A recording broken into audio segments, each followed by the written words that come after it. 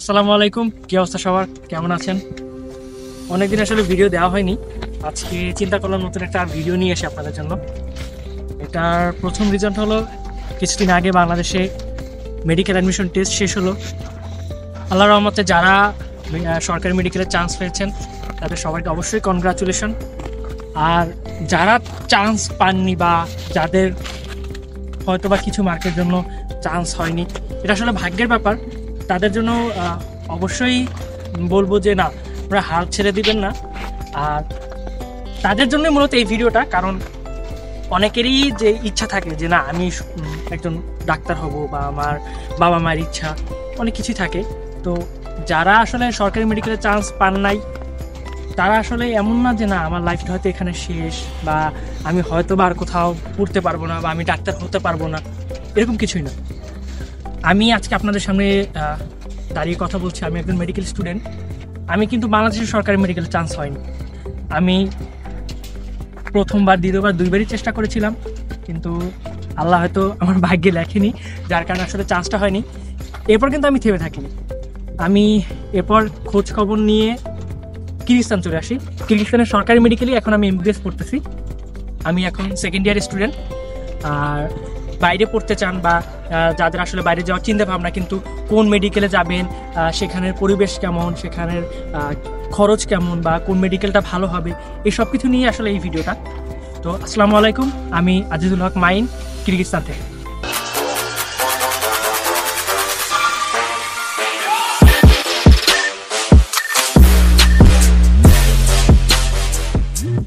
কিরগিজস্তানে যারা পড়তে আসতে চাচ্ছেন, বা যাদের আসলে কিরগিজস্তান মেডিকেল সম্পর্কে জানার খুব ইচ্ছা, যে এখানে মেডিকেলগুলো কেমন, বা এখানে সরকারি মেডিকেলের পড়ার খরচ কেমন, প্রথমে যদি আপনাদেরকে বলি, প্রথমে হচ্ছে এখানের মেডিকেলগুলো কেমন।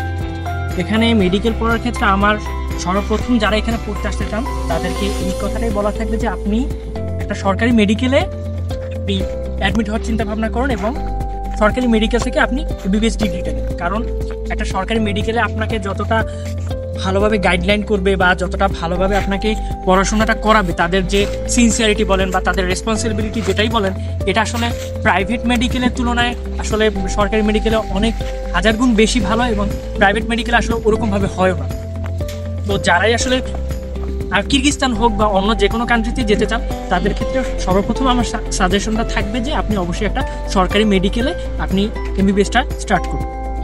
আর কিরগিজস্তানে এমবিবিএস করার প্রথম যে সুবিধা, সেটা হচ্ছে অ্যাফোর্ডেবল ফিস।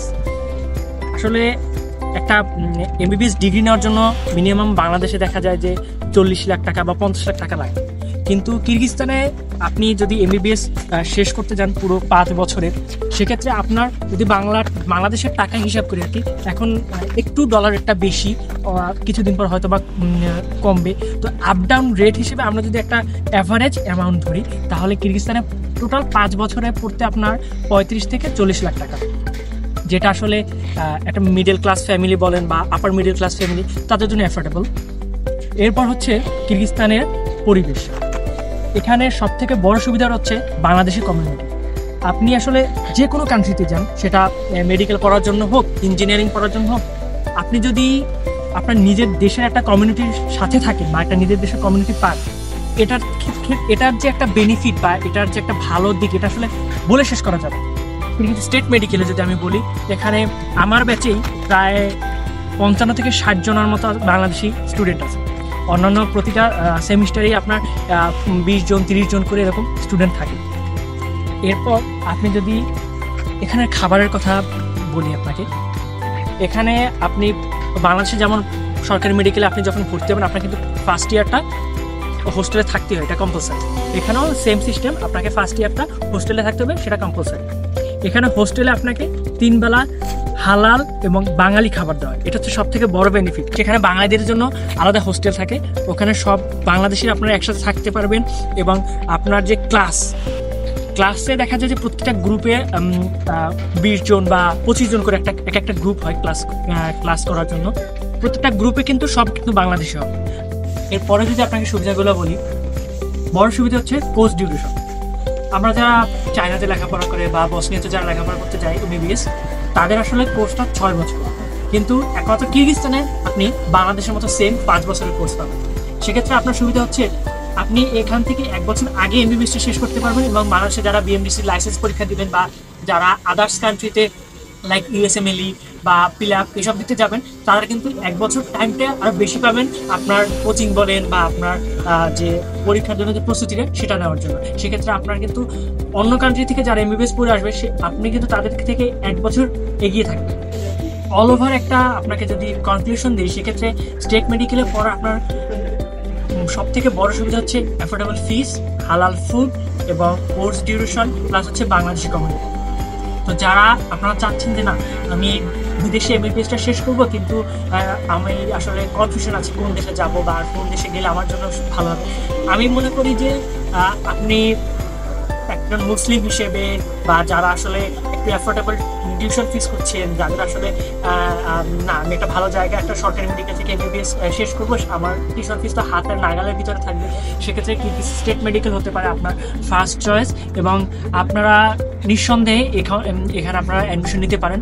আর এখানে অ্যাডমিশন নেওয়ার প্রসেসটা হচ্ছে যারা মেডিকেল অ্যাডমিশনে পাশ করেছেন, কারণ বিদেশে আপনারা এখন জানেন যে বিএমডিসির যে নতুন রুলস অনুযায়ী যারা বিদেশে এমবিবিএস করতে যাবেন তাদের ক্ষেত্রে প্রথম যেটা দরকার সেটা হচ্ছে বিএমডিসি এলিজিবিলিটি সার্টিফিকেট।